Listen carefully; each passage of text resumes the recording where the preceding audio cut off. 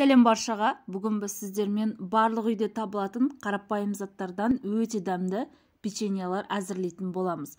Ең алдымен каналға тіркеліп, лайк басып, қоңыраушаны басып қоюды ұмытпаңыздар.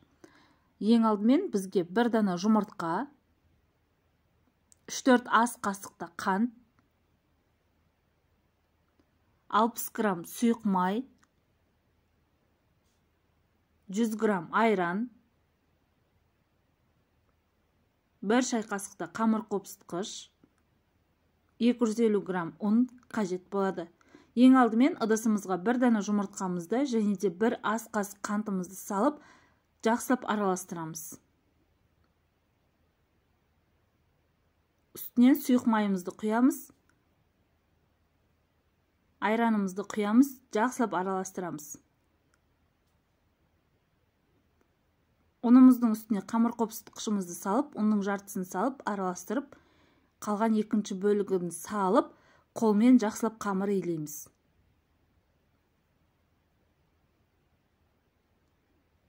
Қамырды олай қатты баспаймыз, біріккенше осылай араластырып отырамыз.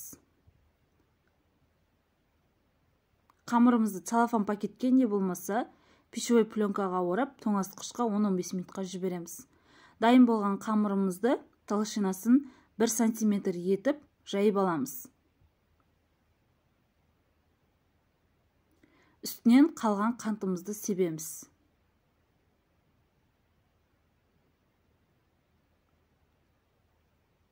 Енді квадраттарға бөліп шығамыз. Мүмкіндігі барынша бірдей етіп бөлуге тырысыңыздар. Сонда печеньеларыңыз әдемі болып шығады. Бұл уақытта біздің пешіміз 180 градусқа қызып тұруы қажет. Дайын печеньеларымызды пергамент төселген листімізге саламыз.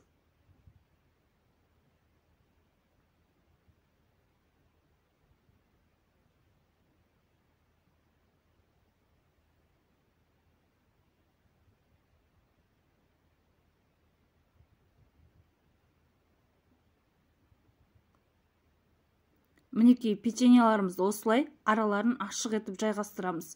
Өйткені ісініп бір-біріне жабысып қалуы мүмкін. Қызарып дайын болғанша пеште ұстаймыз. Мінекей біздің печеньеларымыз дайын, өте дәмді болып шығады. Жасап көріңіздер. Отбасыларыңызды тәттілермен қуантыңыздар. Келесі видеоларда көріскенше сау болыңыздар.